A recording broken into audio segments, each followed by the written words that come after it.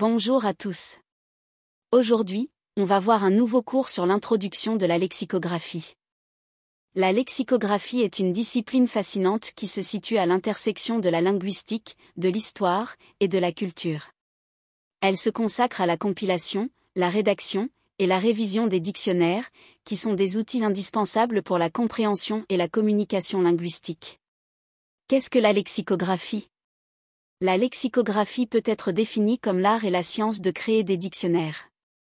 Elle ne se contente pas simplement de lister des mots, mais vise à fournir un cadre pour leur signification, leur usage, leur orthographe et leur prononciation.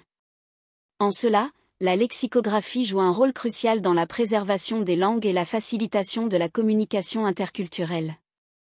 Les dictionnaires sont des ressources essentielles pour les étudiants, les professionnels, et toute personne désireuse de mieux comprendre une langue.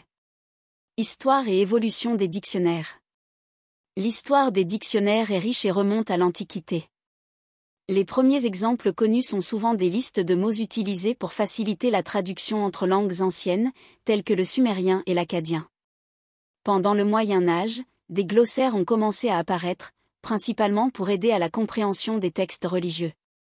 Ces glossaires ont évolué au fil du temps pour devenir les premiers dictionnaires monolingues au cours de la Renaissance. L'un des exemples notables est le Dictionarium de Robert Estienne, publié en 1531, qui a posé les bases des futurs dictionnaires de langue. Au cours des siècles suivants, les dictionnaires ont continué à évoluer. L'ère moderne a vu la création de grands dictionnaires nationaux, qui ont joué un rôle majeur dans la normalisation et la documentation des langues. Le Dictionnaire de l'Académie française, publié pour la première fois en 1694, est un exemple emblématique de cette période. Avec l'avènement de l'ère numérique, les dictionnaires ont franchi une nouvelle étape en devenant accessibles en ligne. Ces versions numériques offrent des fonctionnalités interactives et multimédia, rendant l'information encore plus accessible et dynamique.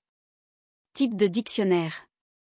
Il existe plusieurs types de dictionnaires, chacun ayant ses propres objectifs et publics cibles. Les dictionnaires monolingues, comme le Petit Robert ou le Larousse, expliquent les mots et expressions d'une seule langue. Ils sont souvent utilisés pour approfondir la compréhension du vocabulaire et de la grammaire d'une langue donnée. Les dictionnaires bilingues, en revanche, servent de guide pour la traduction entre deux langues. Par exemple, un dictionnaire français-anglais aidera un utilisateur à comprendre comment un mot ou une expression est utilisé dans les deux langues. Les dictionnaires spécialisés se concentrent sur une terminologie spécifique. Ils sont essentiels pour les professionnels qui travaillent dans des domaines techniques ou scientifiques, comme la médecine ou le droit. Enfin, les dictionnaires historiques, tels que le Trésor de la langue française informatisé, TLFI, retracent l'évolution historique des mots et sont précieux pour les chercheurs et les historiens de la langue. Merci infiniment de votre attention.